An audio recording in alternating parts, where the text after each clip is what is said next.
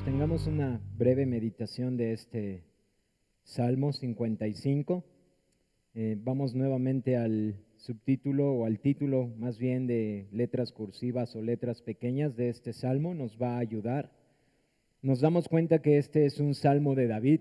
Nos damos cuenta que David se lo encarga al director de la música. Esto lo podemos saber por el título que nos dice al músico principal en Ejinot, Masquil de David. Y hermanos, nos damos cuenta que David en particular para este salmo le dice al director de la música que tiene que ser dirigido en instrumentos de cuerda. Eso es lo que quiere decir Nejinot. La Reina Valera no lo traduce, lo pone como un nombre propio. Pero un estudio particular de esta palabra nos deja ver que Nejinot eran instrumentos de cuerda. De hecho, por eso, si ustedes tienen la versión de las Américas, se darán cuenta que dice que el director de la música, al músico principal, tiene que dirigirlo con instrumentos de cuerda. Y esto lo podemos saber por el título. El título no nos ayuda a entender cuál es la ocasión precisa que David nos está describiendo aquí. Hay muchos comentarios acerca de este Salmo 55. Algunas situaciones que vemos en las Escrituras en la vida del rey David pudieran quedar aquí, algunas otras no. Muchos piensan que este es un salmo en donde se habla de la rebelión de Absalón y que el amigo cercano al cual se refiere el salmista es Aitofel, que traiciona a David, que por mucho tiempo fue su consejero cercano. Y que, si ustedes recuerdan esta situación en las Escrituras, Aitofel se vuelve ahora el consejero de Absalón, hasta que el Señor trastorna el consejo de Aitofel y finalmente él se suicida. Ahora, ¿cuál es lo complicado para contextualizar el Salmo de esta manera? Lo que David expresa en el libro de Samuel y en el libro de Reyes. ¿Qué es lo que expresa él en favor de Absalón? Un amor muy grande. De hecho, él dice que no quiere que él muera. Y en este salmo encontramos en sus clamores que la muerte le sorprenda a estos enemigos. También encontramos una situación en donde David prefiere escapar como paloma e ir al desierto. Y por eso se vuelve complicado, porque hay otros salmos de David en donde nos habla él de que cuando él estuvo en el desierto, él anhelaba estar en la casa del Señor. Entonces, debido a estas complicaciones, es difícil asegurar que se refiere a esta situación particular. Algunos han llegado a comentar que quizás no está descrita la situación que David está hablando en este salmo. Ciertamente pudiéramos hablar de esta situación, pero no quedaría en todo. Ahora, el título también nos dice que es un masquil. Y como ya lo hemos visto en varios salmos, masquil es una palabra utilizada para referirse a la enseñanza. Es decir, que este es un salmo didáctico. Y recordemos, hermanos, que los salmos era el salterio del pueblo de Israel y cumplía principalmente dos propósitos. Era lo que iba a cantar cuando el pueblo estaba reunido, pero también servía para sus oraciones. Entonces, hermanos, con toda intención este es llamado un salmo o un masquil de David, porque tiene algo que enseñarnos a nosotros para nuestra vida como el pueblo de Dios, como la iglesia de Cristo, así como lo fue en su momento para David. Y esta es la intención de él. ¿Cuál es el principal propósito de enseñarle al pueblo de Dios? ¿Cómo enfrentar la traición o la persecución de aquellos que son considerados como cercanos? Y yo espero que mientras estoy diciendo esto, sus corazones se vayan preparando para lo que voy a decir de la meditación. Porque si ustedes leyeron cuidadosamente este salmo y si tuvieron oportunidad esta mañana de meditarlo antes de estar aquí, se darán cuenta que tiene mucho que decirnos de Cristo este salmo. Ahora, antes de llegar a la meditación cristocéntrica, quiero darles una breve explicación del salmo en su generalidad. No pretendo enseñar todo el salmo, pero del versículo 1 al versículo 11 nosotros encontramos el clamor de David. Vemos cómo David expresa su desesperación a Dios. De hecho, desde el versículo 1 hasta la parte 3a encontramos esto. Dice: escucha, oh Dios, mi oración y no te escondas de mi súplica. Está atento y respóndeme, respóndeme. Clama a mí en oración y me conmuevo a causa de la voz del enemigo por la opresión del impío. Entonces vemos las palabras de desesperación, pero asimismo encontramos en este clamor los diferentes sentimientos que él enfrentó. Y esto es muy importante. Quiero decirles por qué. Es muy importante que entendamos esto, porque como decía un hermano, cuando nosotros estamos cantando, la intención tiene mucho sentido para el pueblo de Dios. Nos está describiendo sentimientos y cómo estos deben de ser manejados, que cualquiera de nosotros puede experimentar en una circunstancia como esta. ¿Qué es lo que nos está diciendo? Que David, por ejemplo, tuvo temor. Dice desde el versículo 4, mi corazón está dolorido dentro de mí y terrores de muerte sobre mí han caído, temor y temblor vinieron sobre mí y terror me ha cubierto. Y esto es importante cuando recordamos que David era un hombre que estaba acostumbrado a ser un hombre valiente de guerra. Es el mismo David que enfrentó a osos y leones. Recuerdan que incluso abrió con sus manos la boca de ellos. Pero en esta situación David se encuentra aterrado, como lo dice. También tiene dolor, como dice el principio del versículo 4. Encontramos cómo hay ansiedad en su corazón y por eso dice quisiera tener alas como paloma y salir huyendo al desierto donde pudiera esconderme y tener ahí refugio. Pero también hay en su corazón frustración.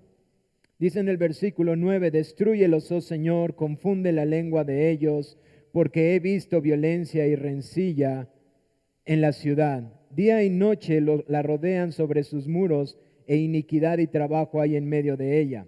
Así que vemos como él también ora al Señor para que él intervenga y haga justicia con estos hombres. Y muchas veces los cristianos nos preguntamos, ¿qué tan correcto es orar de esta manera? ¿Qué tan correcto es orar de esta manera por gente que se levanta en contra de su pueblo? Bueno, si nosotros hacemos un estudio minucioso, como lo dijo R.C. Sproul, nos vamos a dar cuenta que no es permitido sino necesario. Porque nosotros hacemos las cosas bíblicamente.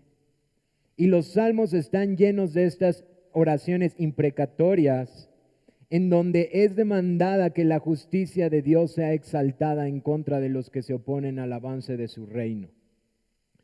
Así que eso lo quise decir como paréntesis, porque nuevamente los salmos era el salterio y también servía para las oraciones del pueblo de Dios, lo cual debe de seguir en nuestras vidas, moldeando la manera en la que adoramos en los cantos y nos acercamos en oración a Dios. Del versículo 16 al versículo 19 vemos del versículo 12 al versículo 15 la descripción de su perseguidor. Vemos que la persecución venía de una persona muy cercana a él, lo que hacía esta circunstancia aún más difícil y más dolorosa. Dice el versículo 13, sino tú, hombre, al parecer íntimo mío, mi guía y mi familiar, que juntos comunicábamos dulcemente los secretos y andábamos en amistad en la casa de Dios. Así que vemos por esta breve descripción que aquel que levantó esta rebelión y se rebela en contra de David y del pueblo de Dios, era uno con el cual él había tenido mucha intimidad, era un amigo íntimo, estuvieron juntos en la casa de Dios. Y esto hacía aún más doloroso, como lo dijo, mi corazón está dolorido dentro de mí. Mi corazón. Ahora, hermanos, David era un hombre que creía en la soberanía de Dios. Pero eso no quitaba los sentimientos que él tenía de la circunstancia. Y por favor guarden estas palabras, los sentimientos que él expresó aquí. Después del versículo 16 al versículo 19, él trae a sí mismo, como constantemente los vemos en los salmos, él trae a sí mismo un recordatorio de en quién ha puesto su confianza. Él recuerda de la clemencia de su Dios, de su gran misericordia al escuchar sus intensos clamores. Vemos el versículo 17, tarde y mañana y a mediodía oraré y clamaré y él oirá mi voz. Él no tenía este ejercicio de venir de mañana, de mediodía y de noche, tan solo porque Él quería mostrar cierta espiritualidad. Él venía a Él primeramente porque Él necesitaba de Dios, y Él venía a Él porque Él sabía que Dios escucharía su voz.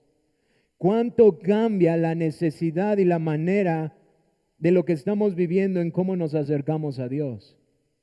Porque si yo intento orar como muchas personas a veces dicen, bueno, pues Daniel oraba de la misma manera y era un hombre de Dios, entonces yo voy a orar como él ora, solo por ser piadoso como él era.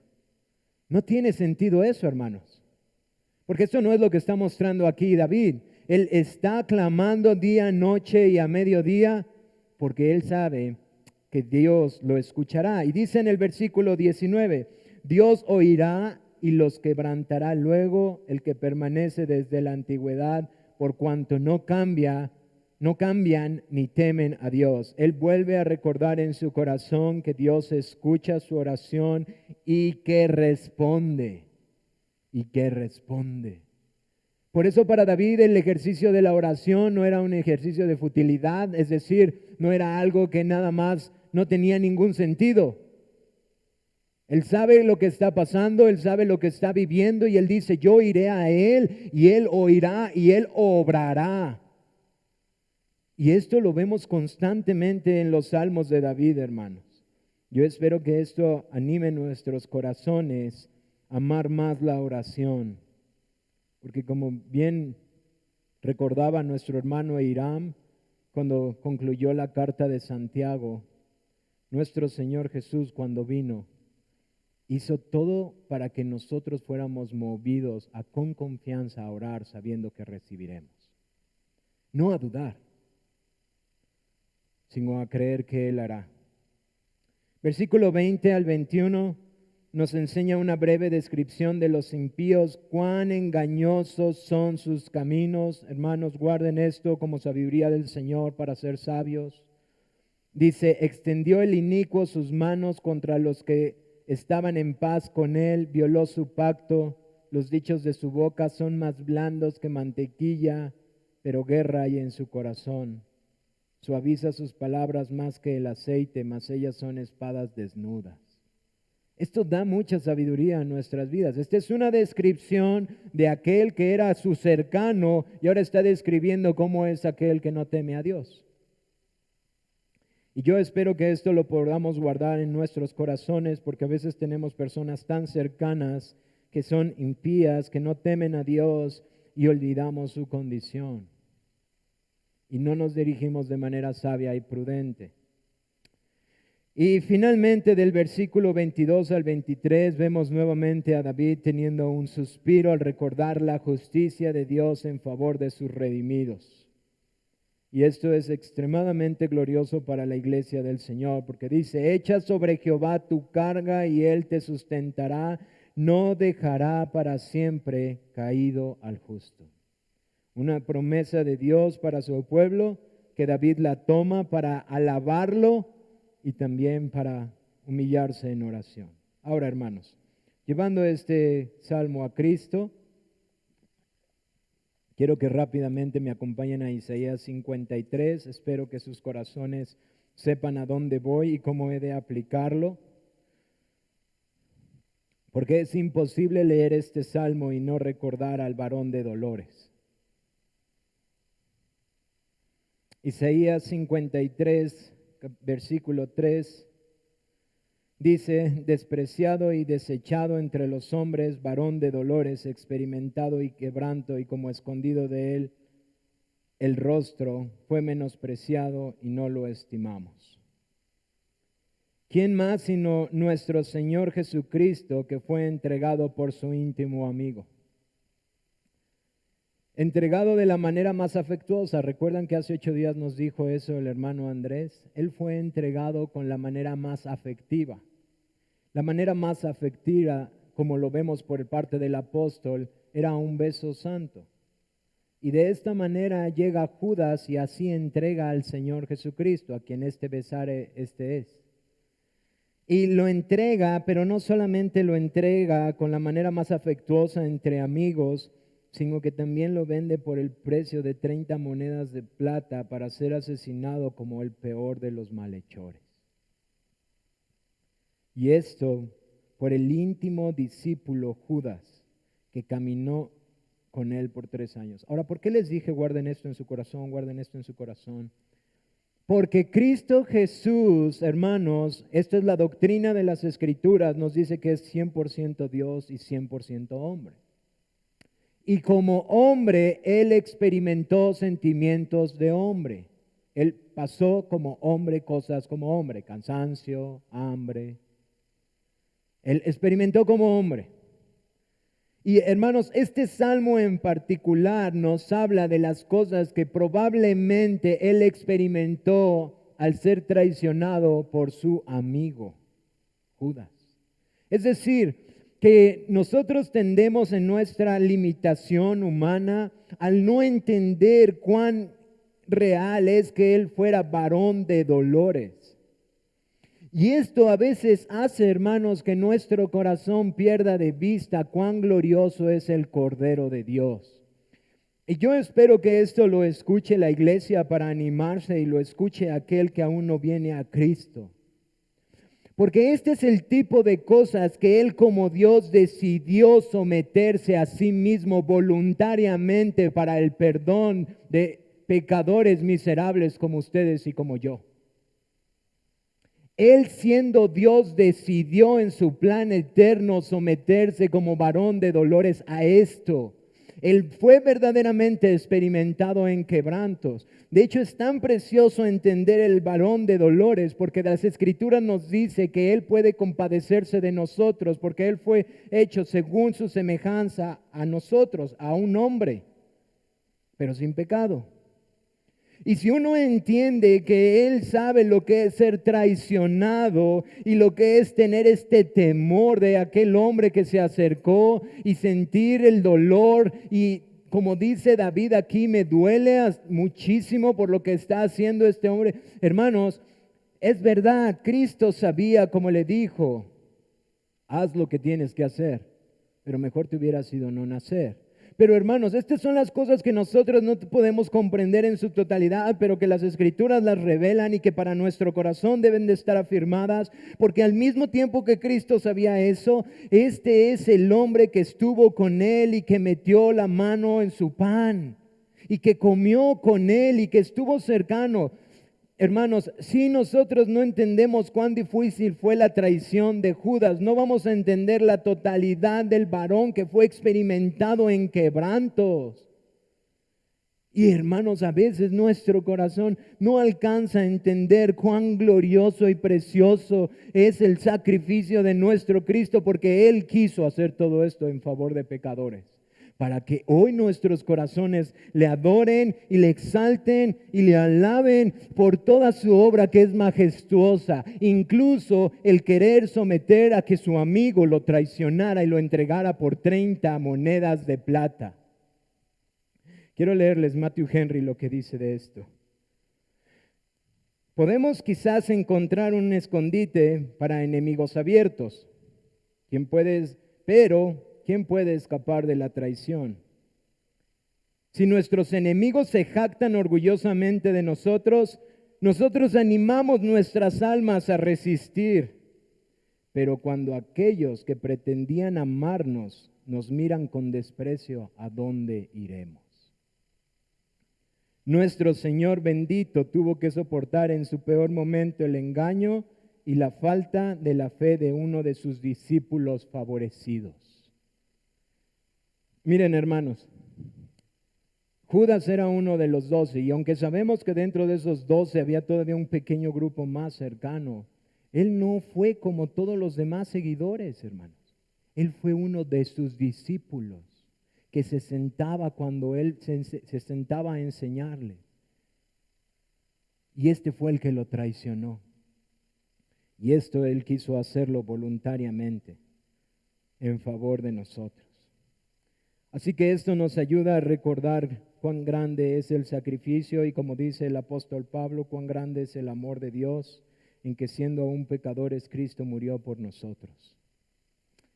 Y hermanos, quiero rápidamente aplicar este salmo.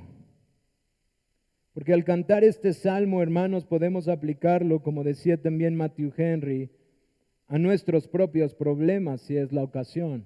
Quizás alguno de ustedes o está viviendo eso, o ha vivido eso, o estará por vivir la traición, el escarnio de una persona que consideraban cercano y que dices, ¿cómo es posible?